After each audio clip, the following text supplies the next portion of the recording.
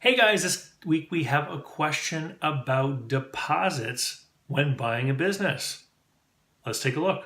Hey there, everyone. It's David Barnett from davidcbarnett.com, the blog site, YouTube channel, SoundCloud, and iTunes podcast, where I talk about buying, selling, managing, financing small and medium-sized businesses and anything else that you guys send in questions about. This week I have a question from a viewer who asks a two-part question. Number one, is there a rule of thumb about how much deposit to offer the seller? Also, when do you give the deposit? Should it be given along with the offer, or should it be given after the seller accepts the offer? Two really good questions. Now, let's get serious. If you're going to offer to buy a business and you're negotiating back and forth and you come to an agreement, do you want your money to be in jeopardy? Like, do you want your money to be held somewhere where if the deal doesn't work out, that you might not get your money back? And of course, the answer is no. So is there a rule of thumb about what kind of deposit to offer a seller? Of course there is. Zero. You don't offer a deposit. You wait for them to ask for it, right? Because if they never ask for it, why would you ever put money in jeopardy? Now, if you're making an offer to someone and you're just dealing directly with the seller, they might not think to ask for a deposit, or if they do ask for a deposit, where does the money go, right?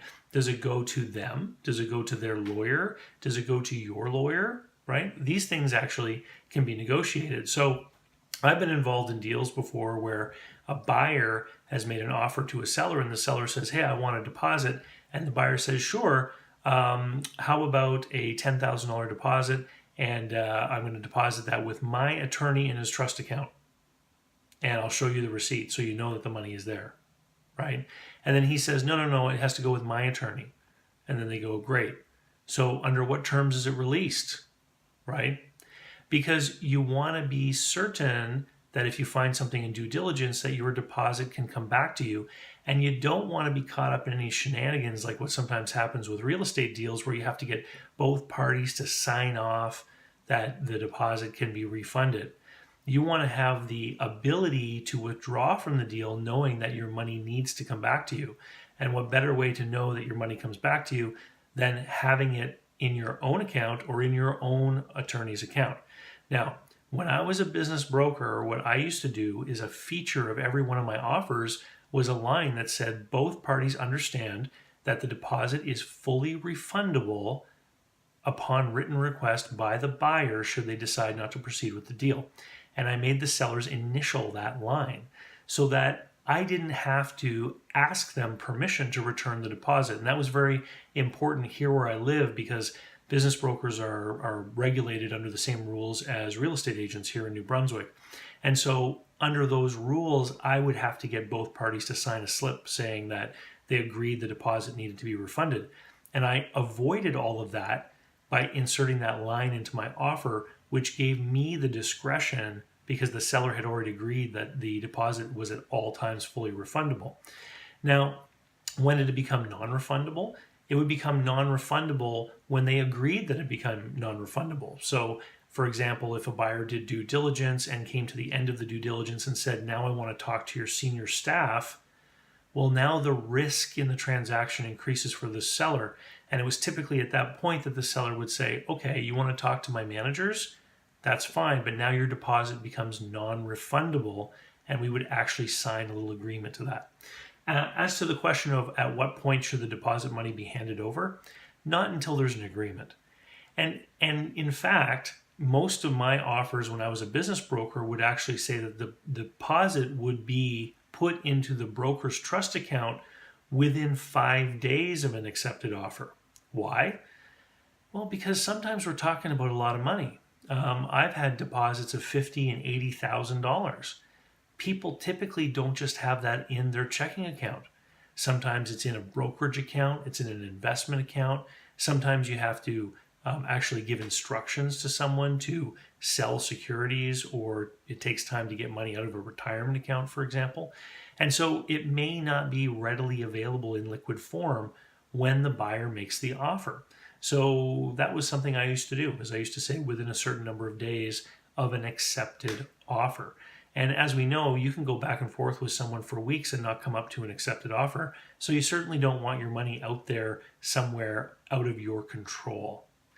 Now, is it true that the deposit somehow makes the offer valid? Because one of the ideas that circulates is that the deposit somehow is consideration for an offer, and that legally under the law you need to have consideration for a contract to be binding. Well, if you live in certain jurisdictions, certain states and provinces, in an offer, there will sometimes be a little notation where you sign that says under seal, or sometimes people will have to put a little red dot on the offer or on a agreement to purchase and sale. And that dates back to the Middle Ages, the olden times, when lords and the aristocracy, they used to be able to sign contracts and use their family seal in wax to say that it was signed under seal. And what that meant is that the contract didn't require any consideration to be valid. There didn't need to be a payment. So why do these ideas circulate?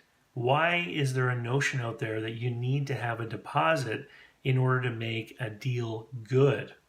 Well, it's got nothing to do with buyers and sellers. It has to do with brokers who don't trust their own clients who are selling their businesses. Because you see, in a lot of cases, that's the business broker that holds the deposit. And when the business transaction actually occurs, when the deal is executed at the lawyer's office, the deposit money never goes to the lawyer's office. It's kept by the broker as part of their compensation. So the bigger the deposit that's created at the time of offer, the more secure the broker's commission. Anyway, I'll let you stew on that. If you're interested in learning more about the relationship between sellers and brokers and you as a buyer, then you really should download my special report, How to Borrow Money from Business Brokers.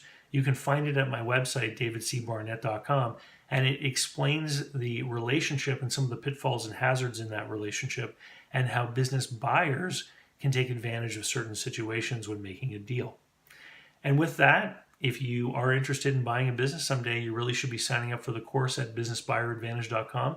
The cheapest way to spend 9.5 hours with me learning about how to find, execute, finance, negotiate for, etc., the small business is going to help you satisfy your goals.